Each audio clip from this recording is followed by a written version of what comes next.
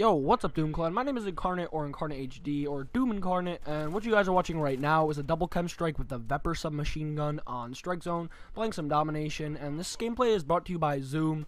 Obviously, you guys know who he is. Clearly, he's one of the best players in Call of Duty Ghosts, and he hasn't stopped yet. He doesn't even play that much, and by the amount of gameplays that he gets, you can clearly see that he's just a fantastic player, man. So he's using the VEPR in this gameplay, I believe, with silencer and extended mags. And in my opinion, now this is just my opinion, obviously a lot of people are going to disagree with this, but the VEPR seems to me like it's the best submachine gun. Now I know that doesn't seem like accurate just because of how good the MTAR is, but in my opinion the VEPR, it kills, you know, relatively fast, not as fast as the MTAR does, but it has a bigger clip and has a better range, which in my opinion that, you know, compensates for the lack of damage.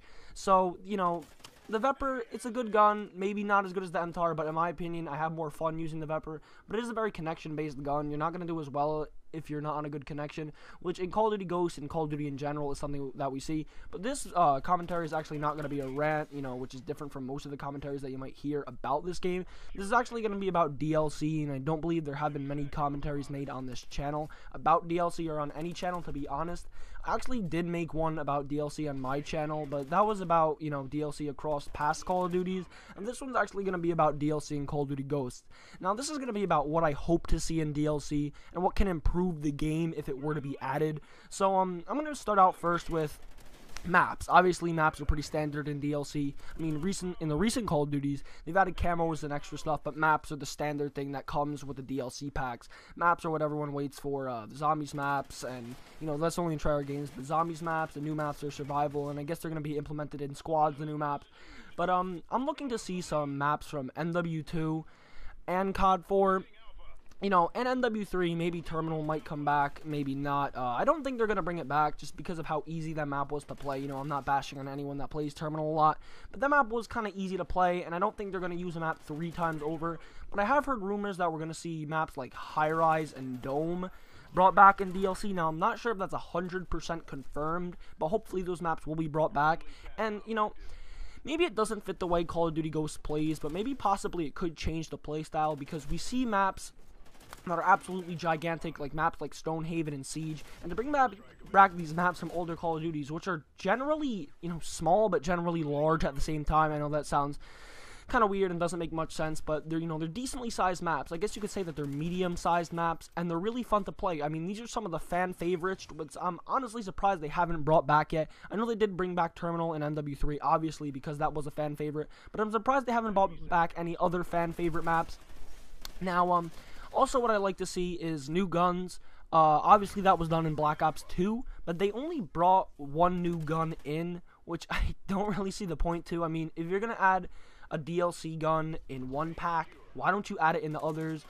I mean, the second they announced the Revolution, they said there's going to be a new gun, and everyone thought, you know, so high of it. They thought it was going to be so great because it's innovative, it's new, it's something that Call of Duty has not seen before, you know, a new gun. But it turned out the Peacekeeper was, you know, pretty good, which everyone thought. I mean, it's pretty obvious because it's actually a good tactic that Treyarch managed to pull off, because if the gun's so good, if it's good enough, or it needs to be good enough to make you want to buy it, basically, they're going to make the gun better than the other guns, just because if you don't buy that pack, you're going to be missing out on that weapon, which is, you know, surpasses all the other weapons, which makes a lot of sense, and it's a really good money-making tactic, but it isn't good for us players. But hopefully when they do bring in new guns, they're not too overpowered and not too underpowered. We see some new stuff, maybe in a DLC pack. You know, this is kind of far-fetched, no, actually very far-fetched at that, but bring back a new gun from every gun class, you know, SMGs, LMGs, and such. That'd be pretty cool as well. Also, something that I want to see is maybe even some new perks. Now, I know this sounds really weird, and it just sounds so far-fetched and so out of the norm. You know, new perks. You might say, that doesn't really sound like a good idea. But think about it. You know, new perks could change the game drastically. Make it better, make it worse. But they really do need to think new perks through if they were to add them. I mean, in Call of Duty Ghosts enough, I think there's like 30-something perks. But maybe adding some more wouldn't hurt.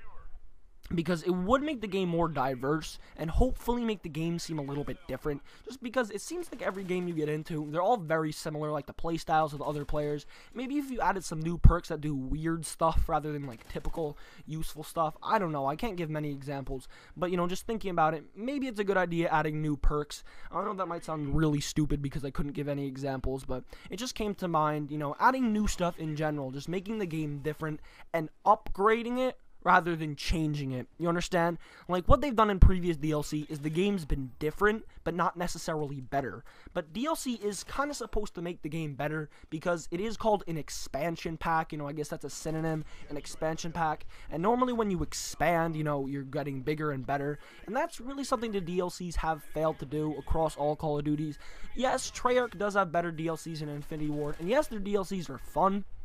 But, I just don't really feel like it makes the game, it really makes the game worth playing more. It's not like, oh, this new DLC came out, I'm going to play this game a bunch more. I want the DLC to have that effect on me. I want it to make me want to get on the game more. I want it to make me eager to play and get gameplays. So, hopefully you guys enjoyed this little bit different of a commentary topic. It wasn't really a rant. It was more of just an idea and hypothesizing for possibilities that, Infinity Ward could do in the future. My name is Incarnate HD. My link will be in the description. I'm out.